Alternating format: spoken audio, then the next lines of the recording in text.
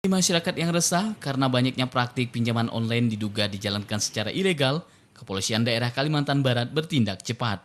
Rela di tanah air, tak hanya warga sipil, penegak hukum hingga DPR nyatanya juga jadi pemain judi online.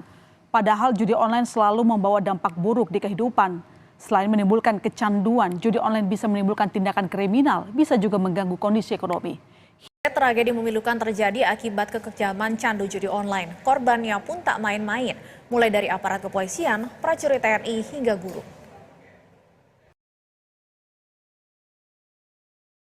Judi online adalah permainan yang dilakukan untuk menggunakan uang sebagai taruhan dengan ketentuan permainan serta jumlah taruhan yang ditentukan oleh pelaku perjudian online serta menggunakan media elektronik dengan akses internet sebagai perantara.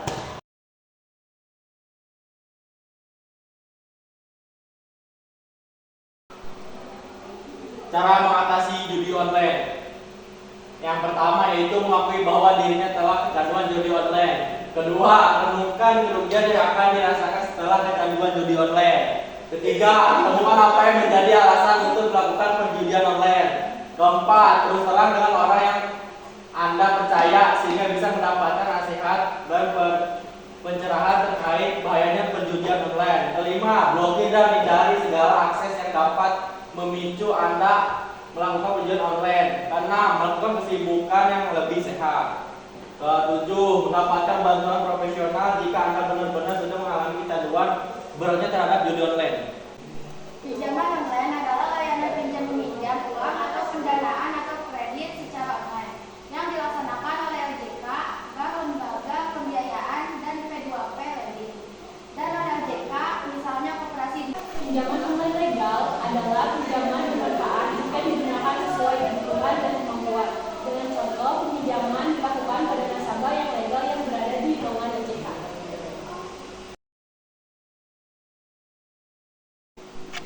Pinjaman online ilegal yaitu apapun alasannya berisiko dan mendatangkan masalah di kemudian hari.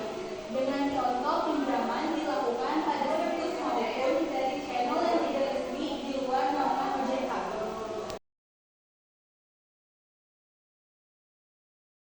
Yang pertama, adanya perlindungan data. Data pengguna wajib digunakan sesuai dengan tujuan yang telah disepakati dan wajib dilindungi oleh pihak yang meminjam.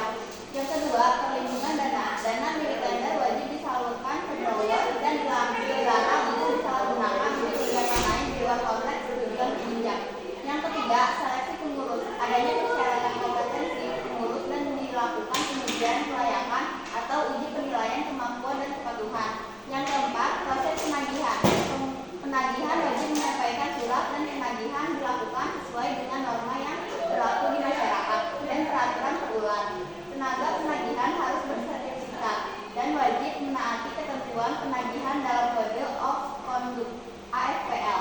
Yang kelima, pengawasan operasional.